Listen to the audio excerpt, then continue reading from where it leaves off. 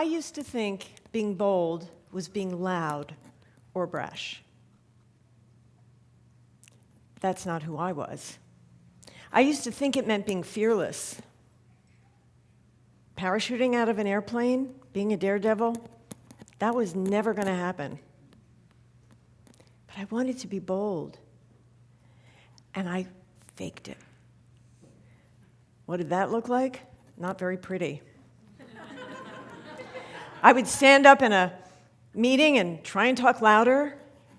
I would walk into a networking event where I didn't know anybody and just say, I'm going to be fine. And then I would start to kind of back off and fade into the woodwork.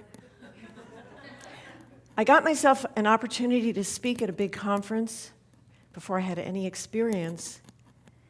And when I look back on it, I'd give myself a solid B-. Because what I came to realize is that when I was faking it, nobody was buying it. I didn't feel it. They weren't getting it. But I wanted to be bold. I wanted to stop living a smaller life. I was ready for that.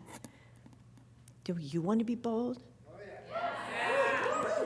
Now, I'm going to bet that some people in this room are going, I'm okay. I'm not really missing anything. But I'm going to invite you to think about what happened in this story about a client of mine. This woman is amazing. She's a Harvard MBA. She had a string of great jobs.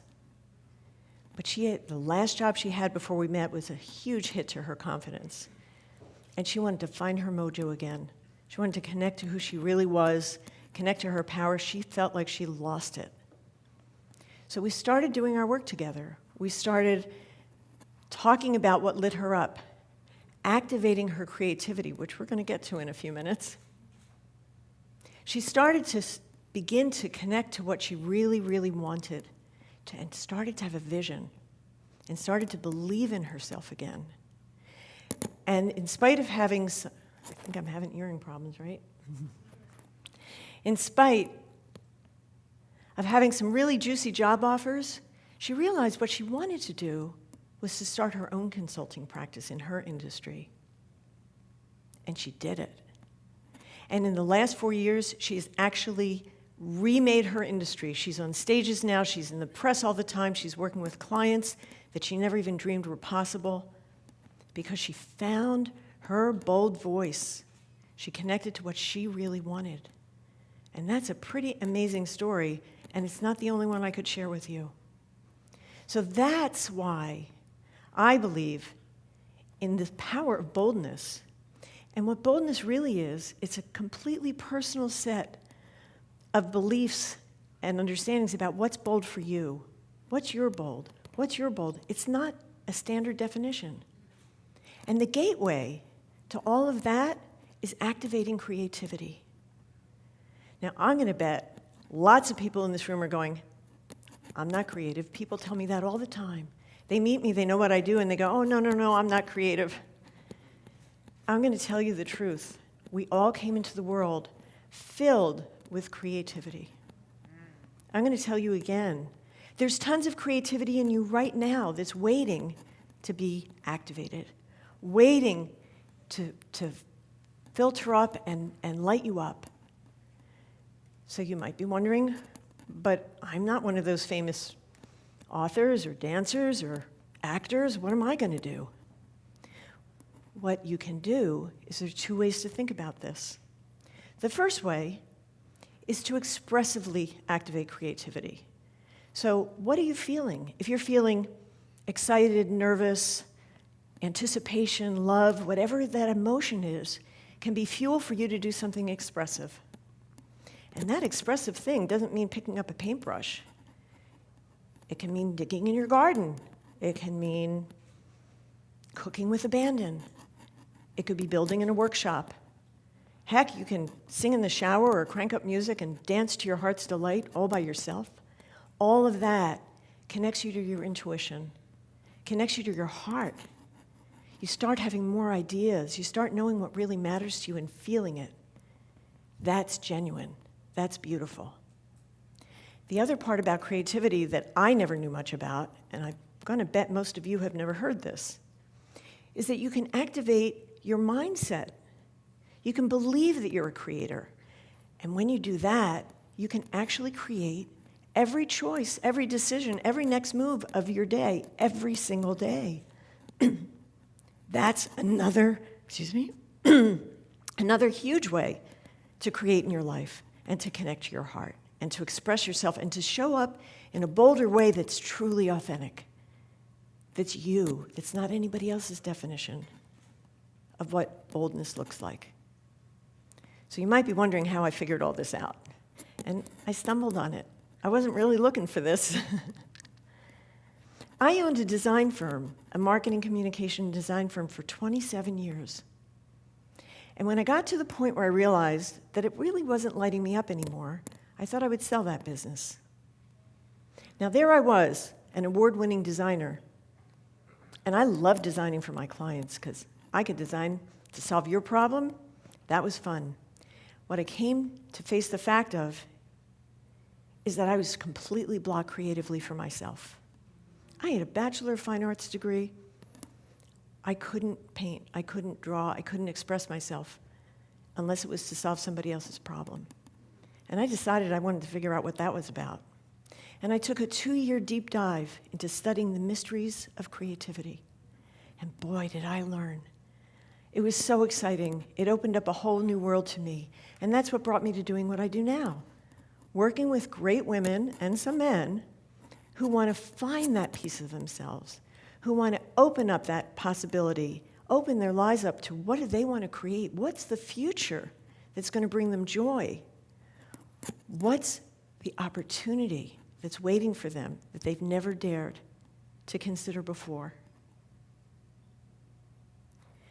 So I'd love to, if you want to come along with me, give you a little experience together right in the room. Anybody feel like they're game for that?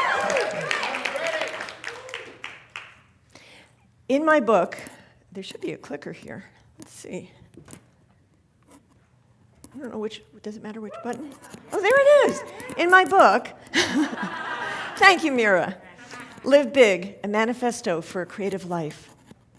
I am deeply honored that Seth Godin endorsed the book, and his endorsement focused on one key part of my book, which is an exercise I call the Discovery Dozen. And that's what we're going to do in this room together, okay? Now, usually this exercise takes a little bit longer than we're going to have time for, so I've done a special version of it just for us today. The concept is, the Discovery Dozen starts with a fill-in-the-blank sentence that you would typically end with 12 different answers to have 12 complete sentences. Dozen, right? We're going to do a special version with one answer. So your opportunity is to either pull out a piece of paper and a pen or just do this in your head because this is pretty simple. And here's the first part of this fill-in-the-blank sentence for your Discovery Dozen. If I lived bold, if I lived bolder, I would. And we have microphones on each corner of this stage, and I'm inviting you to come up and tell me how you would make that sentence for yourself. If I lived bolder, I would. Oh, Mike, let's hear. Who else is going to be brave? There's two of them. If I lived bolder, I would force myself to write a new guitar comedic bit, one a day for 5 days a week. Woo!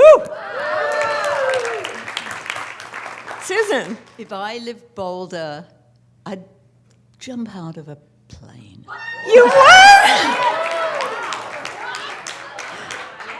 Let's hear another one. If I lived bolder, I would start having international retreats. Whoa! Thank you. If I lived bolder, I would love harder. Oh! Oh my gosh, that's beautiful. I love that one. If I lived bolder, I would write a book. Yes!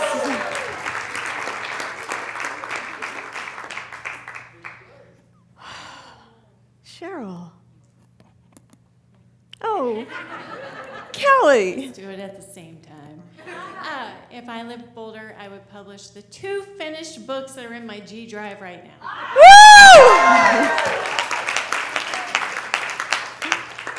Rochelle, as I'm listening to all of this beautiful boldness, I'm remembering, I don't remember if it was the first time or the second time that I read your beautiful book, and I realized that the bravest, boldest thing I had ever done was in the quiet chambers of my own heart, when I had the courage to walk away from a 14-and-a-half-year abusive marriage and to protect my children, and that, to me, was living bold.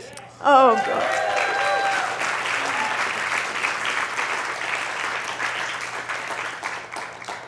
One more. If I lived Boulder, I would dance publicly. Woo!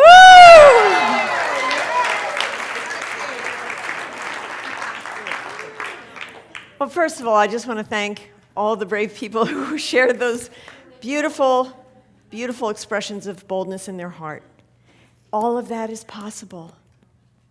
When we connect to what we really want, when we declare it to ourselves, we can do it. We can all do this. We can all become creators. We can all step into our boldness. We can all live our biggest lives, our most beautiful, satisfying, amazing lives. And that's my mission, is to help usher more of that greatness into the world when all of us, more of us, do that, because I know that when each and every one of you steps into that next step of boldness for you, you're modeling it for people. It's rippling around the world. This is the way, and we talked about this today, the energy field. This is the way that everything gets better for everybody. And I just hope that you'll come along with me. I have an opportunity, an invitation to you. If you'd like to have a call with me, talk about what your dreams are for being bold. There's actually another slide, and I don't know how to get there. There it is. I'd be more than delighted for us to have a conversation about what your vision is for you, what might be in the way. Maybe I can help you. It would be my pleasure. So thank you all so much, and I can't wait to see what you create.